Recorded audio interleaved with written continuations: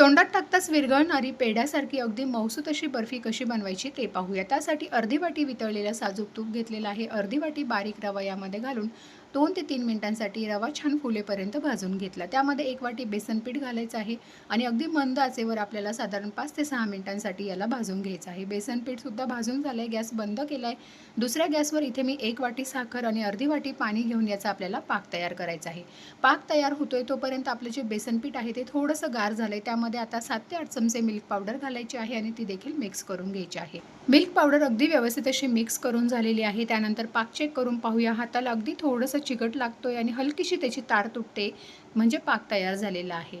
तर अशा पद्धतीने हा पाक आता बेसन पिठामध्ये घालायचा आहे. अर्धा चमचा वेलची पावडर घालून पुन्हा 3 ते 4 मिनिटांसाठी याला छान असं परतवून घेऊयात. मिश्रण घट्ट झालं की तूप लावलेल्या ताटामध्ये घालून मिश्रण अगदी सेट करून घेऊयात आणि अर्ध्या तासाने मस्त अशा तुम्ही याच्या वड्या कट करून घेऊ शकता.